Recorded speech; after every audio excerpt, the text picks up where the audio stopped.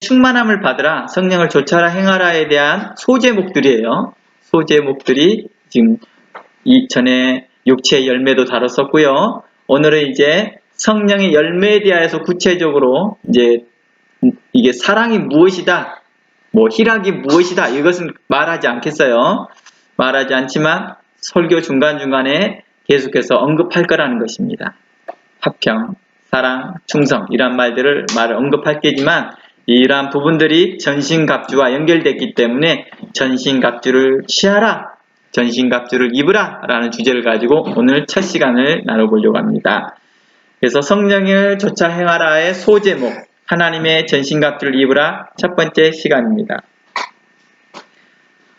사도 바울이 전신갑주를 우리에게 입으라고 말하면서 어떤 종류의 전신갑주를 입어야 할지를 이제 우리에게 세심하게 그리고 구체적으로 이제 설명하는 내용이 14절이죠.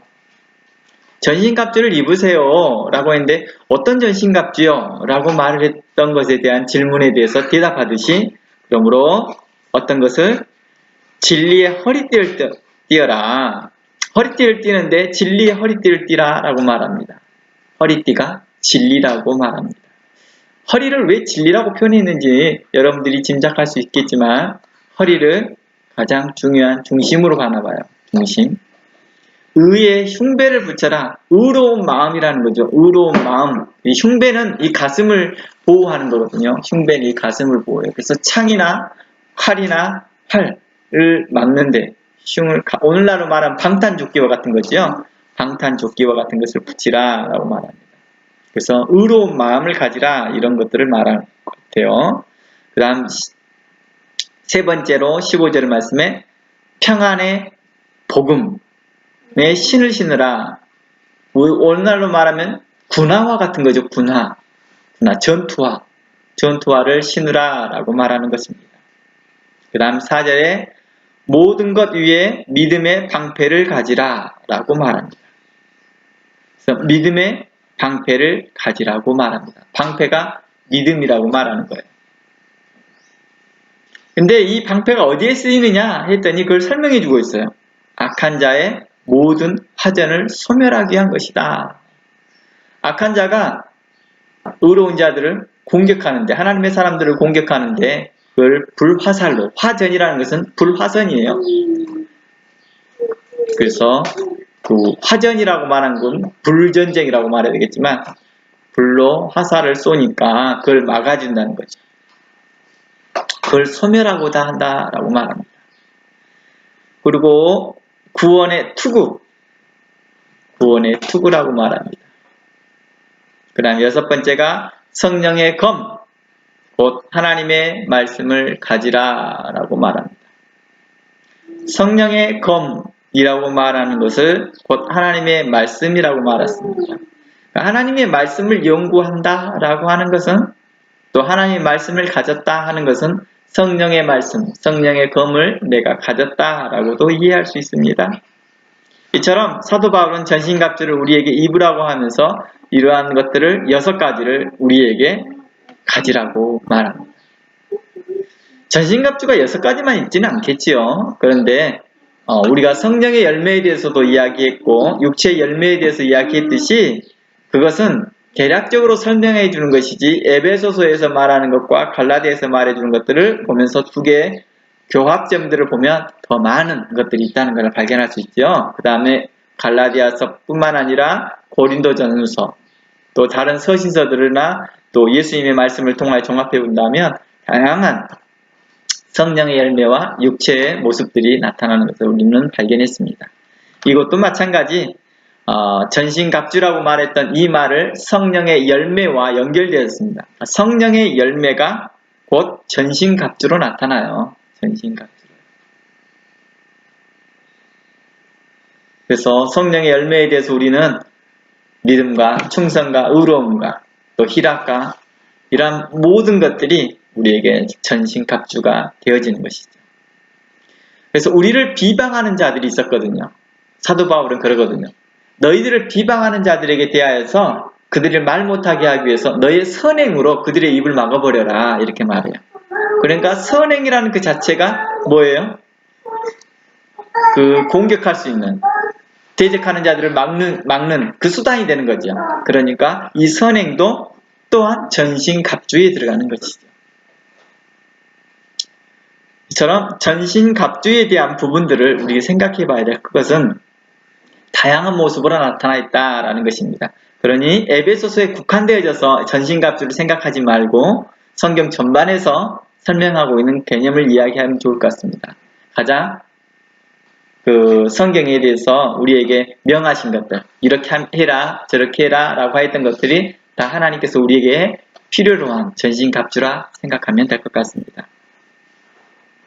사도 바울이 이러한 용어들, 이러한 전신갑주라는 용어와 함께 구원의 투구를 써라, 성령의 검, 곧 하나님의 말씀을 가지라, 이런 표현들을 했던 그 배경들이 있는데요. 그것이 바로 구약의 배경이 돼요. 구약에서도 이러한 말씀들이 나오거든요. 이사야서 59장 17절 한번 가봅니다. 유난 혹시 쓸 것들, 가람이도 쓸 것들 있으면 서해. 자, 이러한 말은 구약에도 나오는데요. 이사야서 59장이에요. 59장. 한계라, 너도 쓸 것 가져와서 써야 겠다.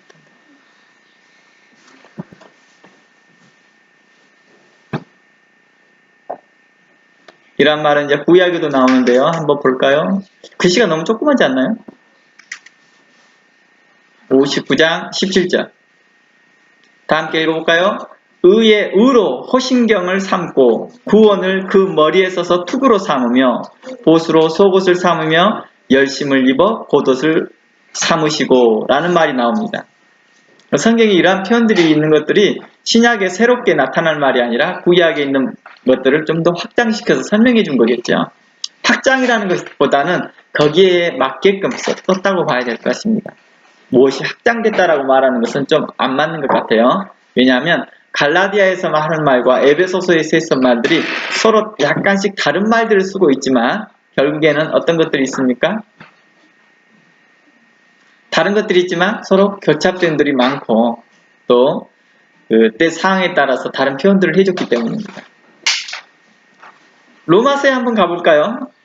사도 바울은 그래서 이러한 표현들을 자주 써요. 전신갑주를 입으라라는 이 전신갑주 같은 이러한 표현들, 전투적인 그런 모습들을 자주 써요.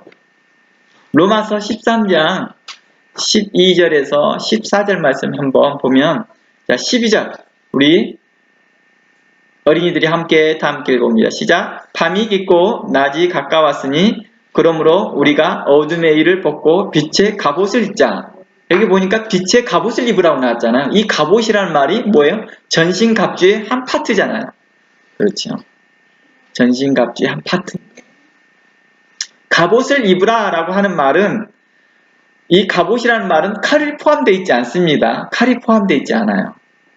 근데 에베소서에서는 전신갑주라고 하면서 바로 칼이 포함되어 있고요.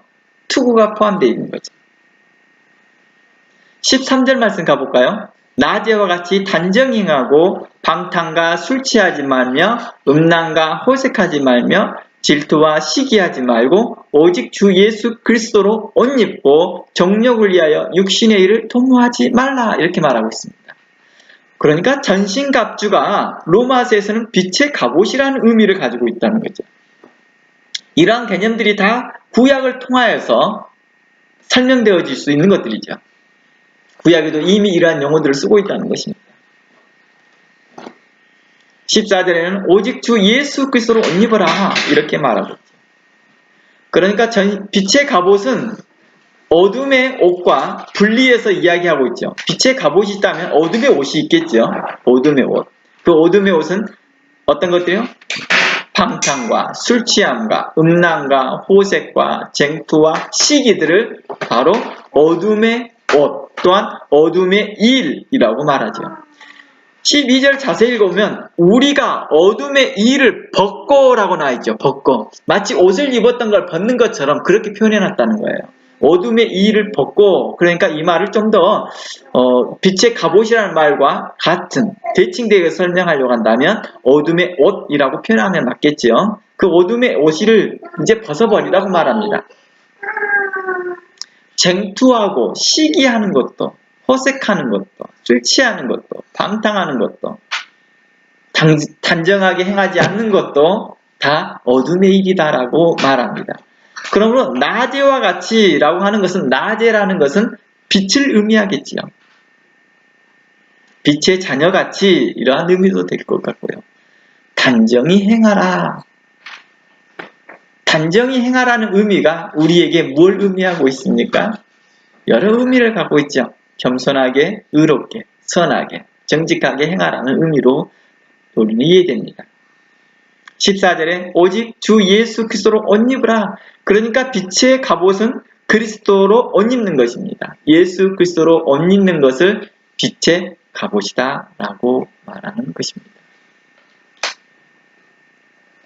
그래서 정욕을 위하여 육신의 일을 도모하지 마라 라고 말합니다.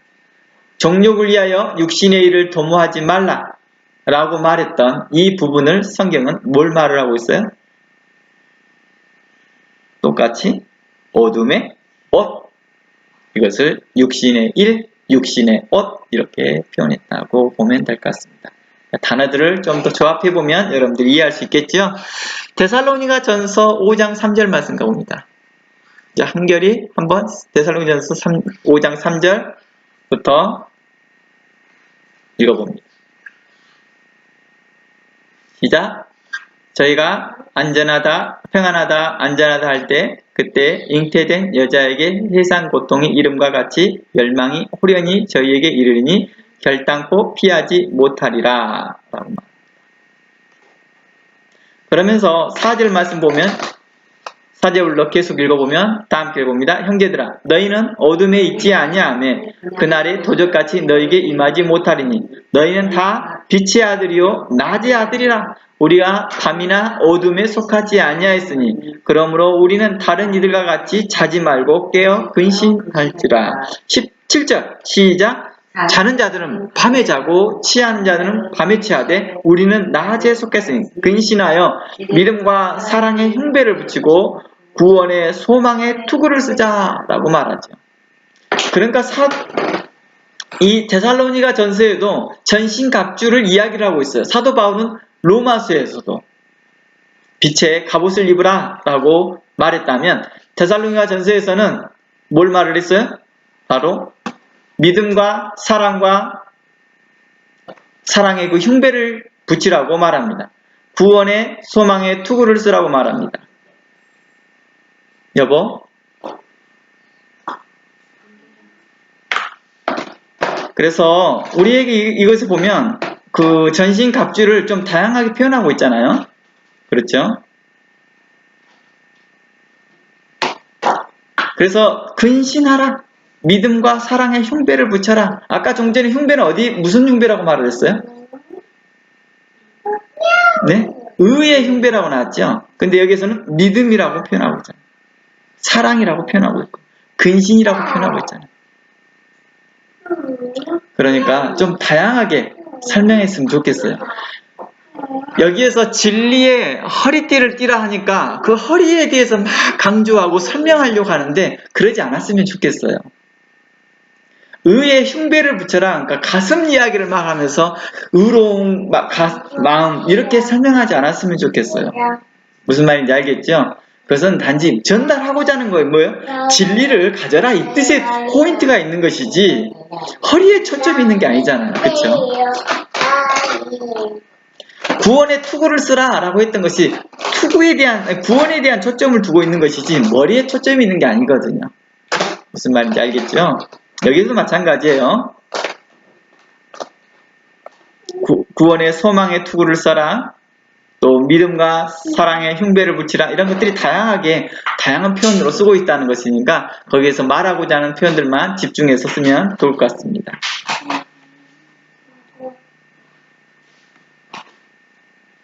자, 그럼 에베소서 4장 21절 말씀 가봅니다. 사도 바울은 전신갑주에 대해서 이 다양한 표현들을 해봤다는 것입니다. 제가 관련된 것만 이야기할 뿐이지 갑주라는 말, 갑옷이라는 이 옷을 입었다는 표현을 쓰지 않았지만 다양한 의미에서 쓰고 있다는 거 다시 한번 상기시켜 드립니다. 21절부터 볼까요? 진리가 예수 안에 있는 것 같이 아직 안 찾았네요. 21절. 진리가 예수 안에 있는 것 같이 너희가 과연 그에게 듣고 또한 그 안에서 가르침을 받을진대 너희는 유혹의 욕심을 따라 썩어져가는 구습을 쫓는 옛사람을 벗어버리고 우리가 에베소서 다루면서 잠시 이 내용을 다뤘죠. 아마 이 내용을 다룬 게 신년 때 다뤘던 것 같아요. 신년 때요. 마침 이 본문이 신년하고 마침 딱 절묘하게 맞아서 이렇게 다뤘던 것 같아요. 옛사람을 벗어버려라. 그리고 새 사람으로 심령을 새롭게 되어라 라고 말하죠.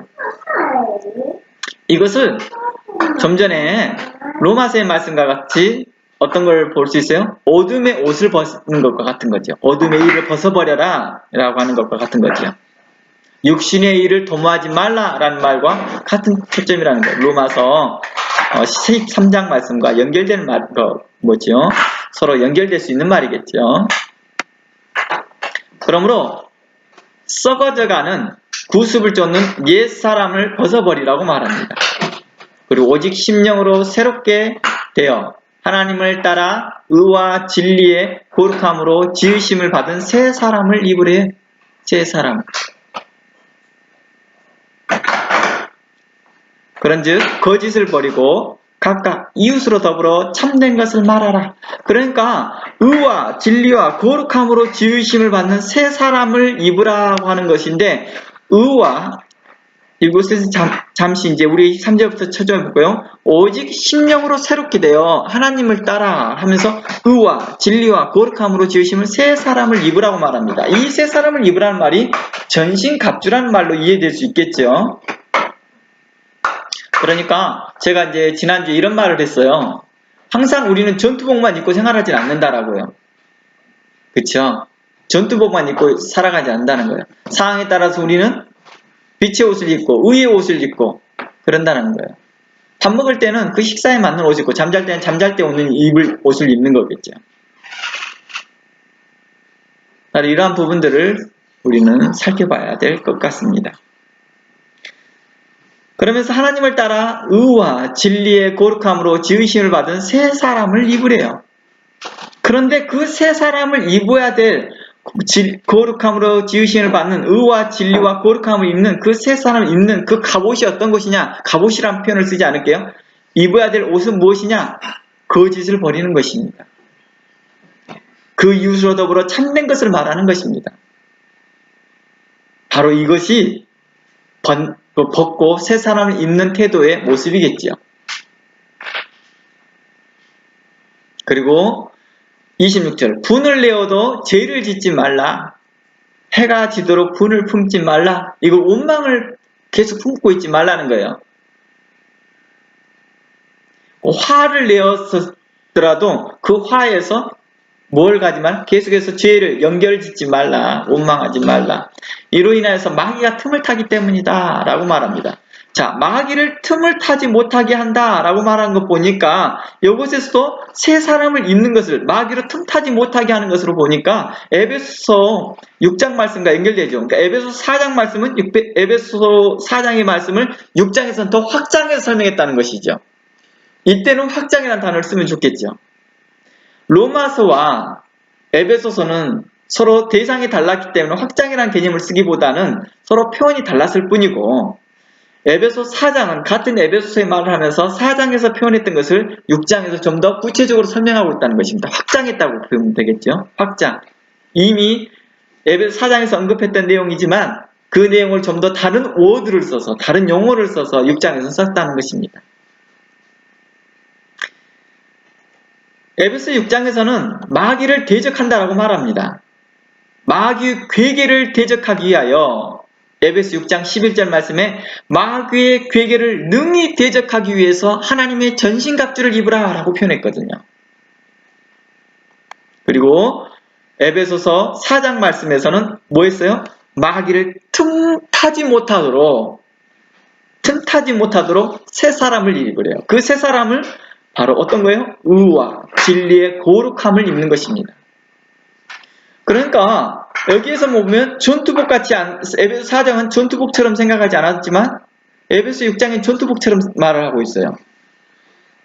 그러니까 두 개를 겹쳐 보면 하나님의 전신갑주라는 의미가 우리에게 다양한 의미로 설명될 수 있다는 것을 알 수 있습니다. 마귀로 틈타지 못하게 한 목적이니까 마치 전투적인 상황일 수도 있고 싸움에 대해서 그 괴계를 대적하고자 하는 의미도 되는 거겠죠. 28절 도적질하는 자는 다시 도적질하지 말고 빈공하는 자에게 구제할 것이 있기 위하여 제 손으로 수고하여 선한 일을 하라고 말합니다.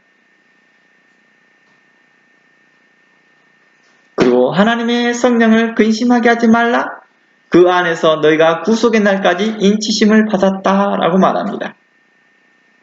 너희는 모든 악독과 노함과 분냄과 떠드는 것과 해방하는 것, 모든 악의와 함께 버리고 서로 인자하게 하며 불쌍히 여기며 서로 용서하기를 하나님 그리스도 안에서 너희를 용서함 같이 하라라는 것입니다.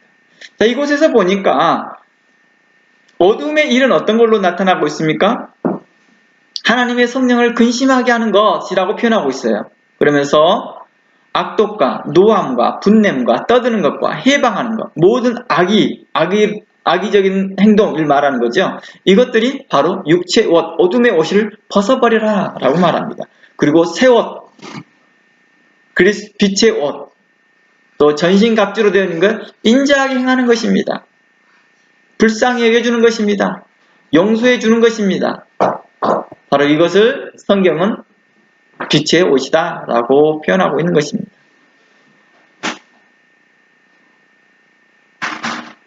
그래서 성경은 이러한 부분들을 계속해서 다양하게 하나님의 전신갑주 하니까 에베소 6장에서만 머물러 있지 말고 다양하게 넓게 스펙트럼하게 좀 바라봤으면 좋겠습니다. 사도 바울이 하나님의 전신갑주를 입어야 될 이유를 이렇게 말을 하죠. 바로 마귀의 괴계를 대적하기 위한 것이다 라고 말하고 있습니다. 그리고 에베소 4장에서는 마귀로 틈타지 못하게 했다라고 말을 해놨던 것이죠. 같은 뜻이에요. 같은 개념으로 이해하면 좋을 것 같습니다. 하나님의 전신갑주라고 하는 것 보니까 그 모든 옷들이 입어져야 될 것은 사랑과 희락과 화평과 온유와 절제와 충성, 이 모든 것들이 하나님의 것이라는 거예요. 하나님의 것으로 된 것을 하라는 것입니다. 이것을 로마서에서는 또 의로움과 착함으로 하라. 지난주에 잠시 살펴봤던 내용들이죠. 그러니까 하나님의 것으로 채워지는 것들을 말하죠. 그래서 에베소서에서는 하나님의 것으로 좀 더 구체적으로 좀 더 설명해 주었던 걸로 우리는 볼 수 있습니다. 이거 좀 상식 하나 좀 짚고 넘어갈게요. 상식이요. 이제 종종 이제 사람들이 여기서 마귀의 계계를 라고 말을 하니까 마귀와 사단이 어떤 차이가 있느냐라고 이제 물어보는 분들이 있거든요. 마귀와 사단은 엄밀히 말하자면 같은 것입니다. 메시아와 그리스도의 차이점과 같습니다. 메시아는 히브리어고 그리스도는 헬라어입니다. 그러니까 마귀는 헬라어고 사단은 히브리어입니다. 원래는 히브리어로 사타나 그리고 마귀는 디아볼로스라는 히브리어입니다. 뜻은 둘 다 똑같은 것입니다. 대적자, 이간자 이런 뜻을 가지고 있어요. 참수하는 자.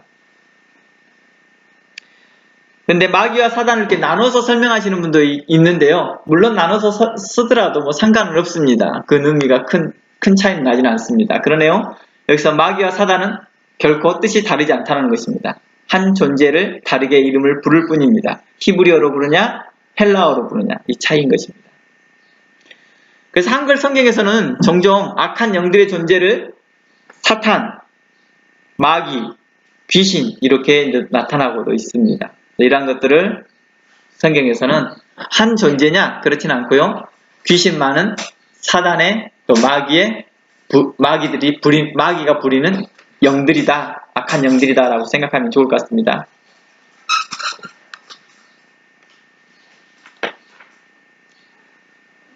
요즘 이제 성경 보면 사탄이 맞느냐, 사단이 맞느냐, 이렇게 하시는 분도 있어요. 근데 이것은 단순하게 그, 그, 뭐죠? 그 고유명사의 이름을 부르는 차이인 거예요. 고유명사를 우리나라에서는, 발음을 우리나라식으로 바꾸어서 부르는 경우 있잖아요. 우리나라 억양에. 그 억양에 부르는 차이니까 큰 의미가 없습니다. 둘 다 똑같이 사탄, 사단, 똑같은 뜻이에요.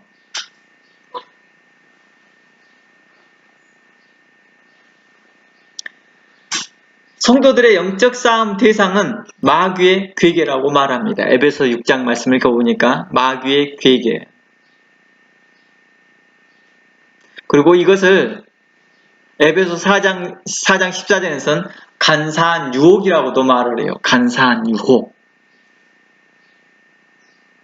마귀의 괴계를 간사한 유혹이라고도 말하는데요. 이 마귀의 괴계와 간사한 유혹은요, 같은 의미로서 그리스도인의 한 성도, 한 개인을 파멸시킬 뿐만 아니라 교회를 분열시키게 한다라고 말을 합니다. 마귀의 괴계를 대적해야 될 이유와 마귀의 그 간사한 유혹을 대적해야 될 이유가 무엇이냐면 성도 한 사람 한 사람 개인에 대한 그 신앙을 파괴할 뿐만 아니라 이게 교회 공동체를 분열을 시킨다라는 것입니다. 그 괴계를 통해서요.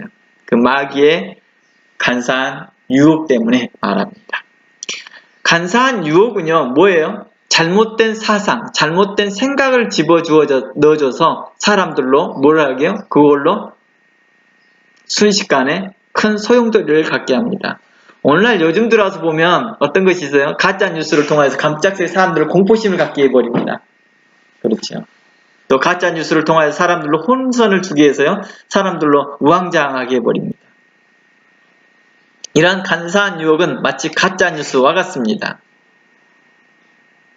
우리를 불안하게 하고 어느 때 우리를 선동하기도 하고 어느 때 우리를 낙담시키기도 합니다.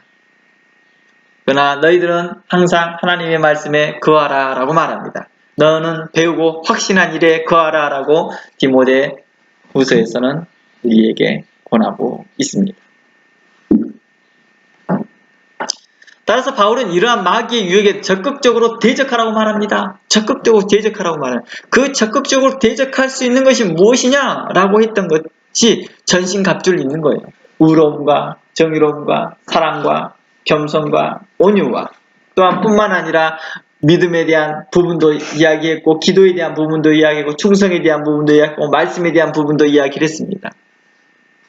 선함에도 이야기를 했고 다양한 의미가 성령의 열매를 이야기했다는 것입니다. 이 성령의 열매 자체가 뭐예요? 우리에게는 옷이라는 거예요. 옷, 갑옷과 같고 빛의 옷과 같고 전신 갑주와 같다는 것입니다. 제가 요즘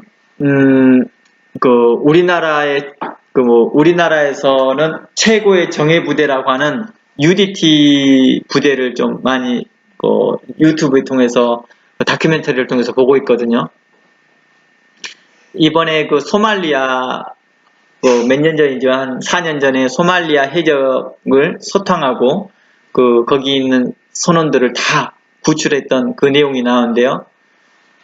전 세계에서 그리고 지금 역사적으로 처음 있는 일이래요.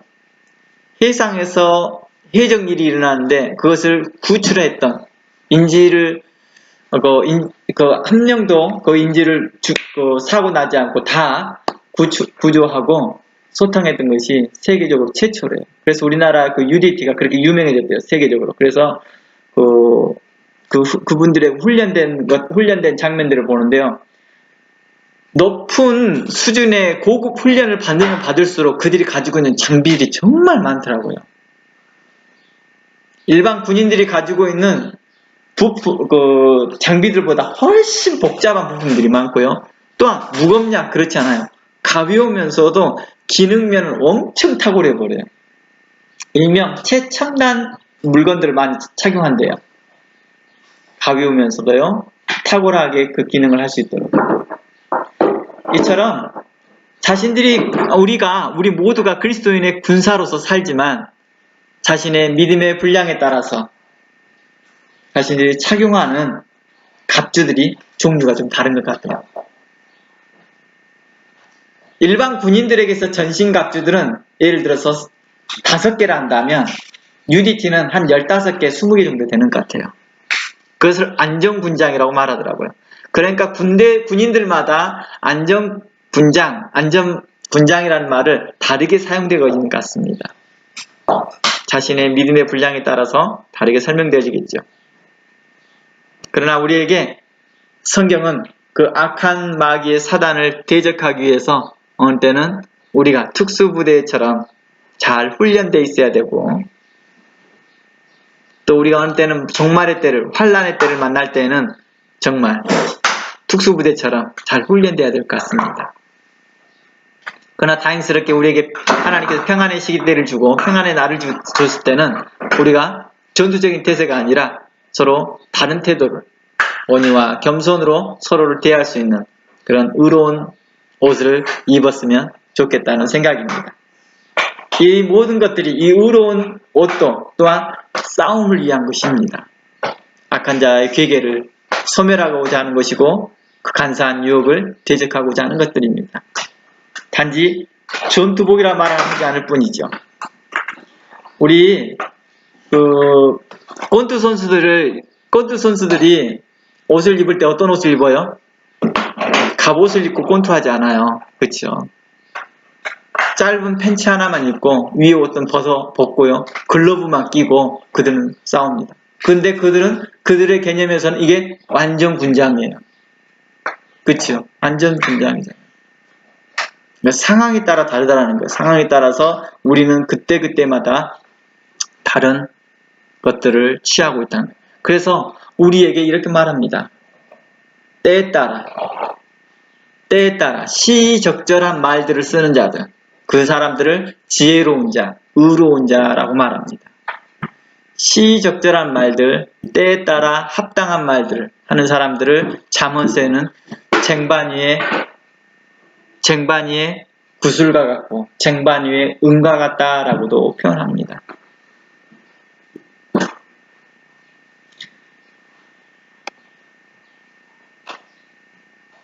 그리스도인들은 마귀의 수많은 유혹과 공격에 대해서 우리는 담대히 맞서서 대항해야 되고, 거기에 따라서 여러 가지 옵션들, 또 해야 될 태도들이 다르다는 거 언급했습니다.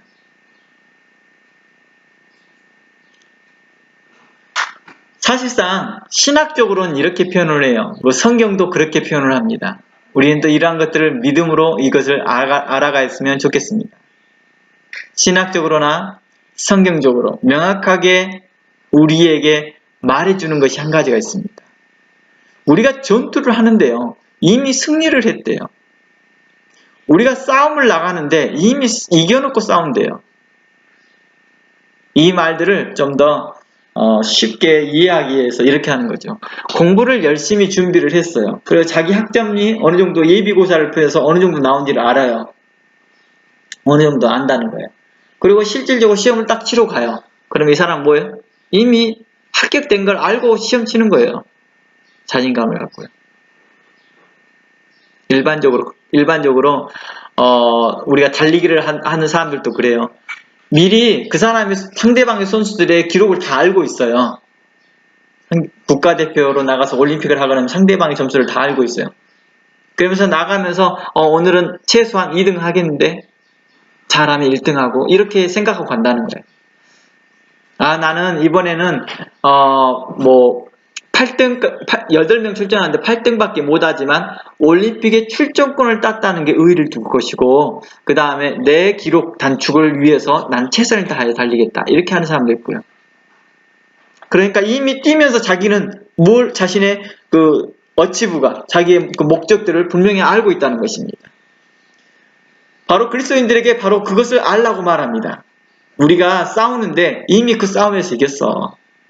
우리는 이기는 싸움을 해, 승리하는 싸움을 한다, 이렇게 말해주고 있습니다. 그리스도께서 마귀에 대해서, 죄에 대해서, 죽음에 대해서 이미 승리를 거뒀습니다. 그러니 우리는 그리스도를 믿고 나아가십시오. 그분은 우리의 대장 되시며 우리는 그분의 명령을 따라 순종해 나아가면 승리는 불멸코 보장되어 있습니다. 라고 말합니다. 그러므로 성경에서는 우리에게 대하여서 승리가 보장되어졌고 승리가 보장되었지만 그 승리를 얻기 위해서는 어떻게 우리가 그 전쟁에 출전해야 되는 것이죠. 나 달리기에서 1등 나는 거 뻔히 알아요. 근데 우사인 볼트가 올림픽에 출전하지 않으면 그 사람의 금메달을 주지 않습니다. 그렇잖아요. 우사인 볼트가 달리면 1등 난다는 거 다 알아요. 하지만 경기에 뛰지 않으면 금메달을 받지 못합니다. 그리고 금메달을 받지 못했기 때문에, 경기를 뛰지 않았기 때문에 그는 그 경주의 승리자라고 말하지 않습니다. 그렇잖아요. 그렇죠?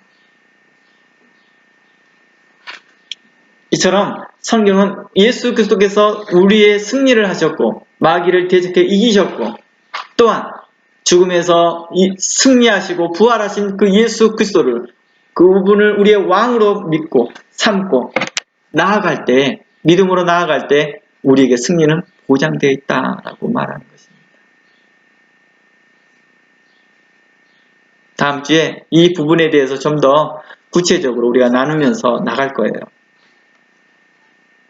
우리 한 말씀 더 살펴보고요. 오늘 말씀을 마치려고 합니다. 요한복음 16장 33절.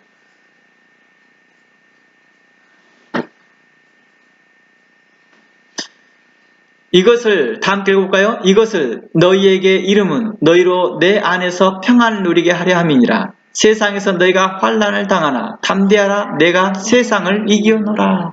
이미 이기셨다고 말합니다. 이미 이 말씀은요, 창세기 때부터 이미 그렇게 말씀하시고 계셨어요.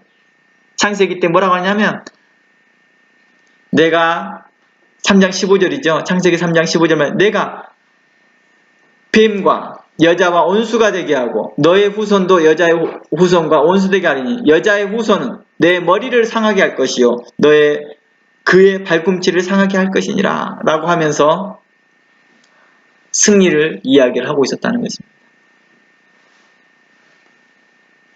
예수 그리스도는 십자가로 이미 승리하셨고 부활 승천하심으로 인하여서 우리에게 영광으로 나타나셨습니다. 우리는 그분을 믿었을 때에, 믿음으로 믿고 나아갔을 때 우리는 그 승리가 우리에게 보장되어 있다라고 말합니다. 우리가 그러한 믿음을 가지고 나아가고 전진하기를 바랍니다. 우리를 두렵게 하고 우리를 위협하고 우리를 강교한 유혹으로 말하고 있고 육체의 생각으로 우리를 공격하고 육체의 말과 육체의 생각으로 인해서 우리를 두렵게 한다 할지라도 예수 그리스도를 믿음으로 말미암아서 나아가기로 합니다. 하나님을 경외함으로 우리에게 합당한 지혜를 허락하시고 그 믿음으로 그 지혜로 따라 우리가 의롭게 선하게 정직하게 행할 길들을 말씀하실 것입니다. 그러니 우리가 더욱더 믿음을 더하여서 전진하기를 바랍니다. 다 함께 기도합니다. 하나님 고맙습니다. 우리를 살피시고 인도하시고 도우신 하나님께 감사합니다. 하나님의 말씀에 우리의 힘이 되시고 우리 하나님의 그 성령의 감동하심이 우리에게 위로가 되시고 또 우리에게 강건함이 되게 하심을 감사드립니다. 오늘도 우리와 함께 하시고 말씀으로 충만케 하시고 감동 감아주신 하나님께 감사드리며 예수 그리스도 이름으로 기도합니다. 아멘. 우리 다음